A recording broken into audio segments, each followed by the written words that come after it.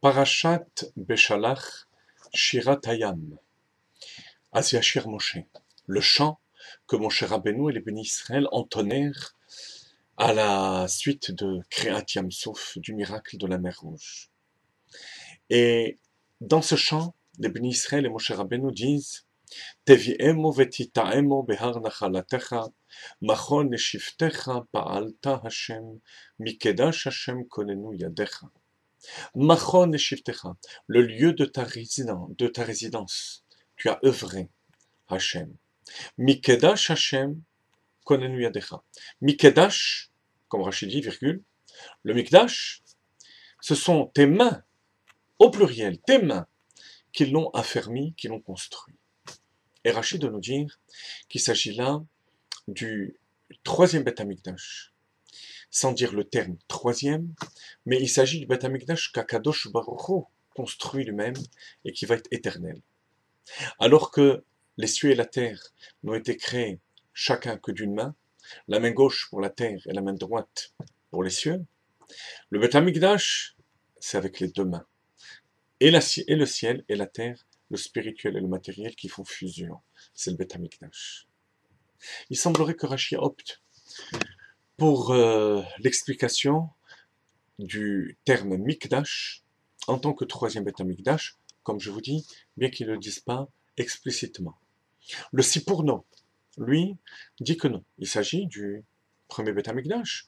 Lorsque les bénis Israël rentrent en terre d'Israël, eh ben, le Beth Amikdash, qui suit tout de suite après, c'est le premier Beth Amikdash. Ce qui est plus logique d'après le Pshat, d'après le sens simple des versets, le contexte nous parle bien de Namogu, Kol Yoshvei Canaan, les peuples de Canaan qui ont fondu de peur. Donc il s'agit de la première entrée du peuple juif en terre d'Israël. Rashi, qui habituellement, d'après le Pshat, d'après le sens simple, va déroger à son principe a priori, pour nous dire qu'il s'agit du Beth Amikdash qui est construit par Akadosh Baruch Hu. Donc a priori, le troisième. Il ne s'agit là que d'une apparence. Très attention, il faut faire très attention lorsqu'on étudie et qu'on essaie de comprendre le Rashi. Chaque mot est précis. Rashi n'emploie pas le terme troisième Beth Amikdash. Il dit le Beth Amikdash qui va être créé et affermi par tes mains. Il s'agit du premier qui sera en fait le deuxième et le troisième.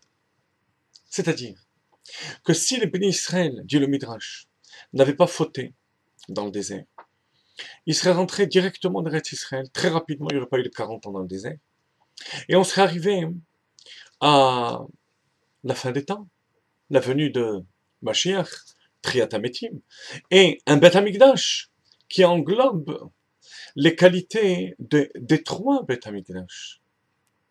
Donc en fait, lorsque Rashi nous explique Shirat Hayam, il faut se mettre dans le contexte des bénis Israël à ce moment-là. Les bénis Israël à ce moment-là ne pensaient pas qu'ils allaient fauter dans le désert. Donc ils se préparaient à rentrer en Eretz Israël, en Terre Sainte, pour la construction du Beth Amikdash et la réalisation messianique. Donc lorsqu'ils disent Mikedash Hashem konenu yadecha, c'est l'édifice éternel qui va comprendre les qualités du premier, du deuxième et du troisième Beth Amikdash, parce que chaque Beth Amikdash a sa qualité propre. L'enseignement, chers amis, de ce commentaire, qui est le commentaire de Rashi, c'est qu'en fait, dans la Torah, tout est écrit. Tout est écrit et tout est prévu. Il va dépendre de l'homme de figer à travers ses actes son propre destin. Le destin du Ham Israël et le destin du monde. Ou bien arriver directement en très peu de temps au troisième Beth Amikdash, ou bien passer par des détours, destruction du premier, destruction du deuxième, pour arriver finalement à l'accomplissement final. Tout ça dépend de notre vigilance, de notre avoda, de notre travail, qui doit se faire avec précision, chers amis, avec les règles de la halakha du Shulchan Aruch, pour ne pas avoir à faire des détours dans notre vie, en ce qui nous concerne, et de rentrer tout de suite en Terre Sainte, Eretz HaKodesh, et se retrouver devant le troisième Beth Amikdash, qui englobe tous les Beth Amikdashot.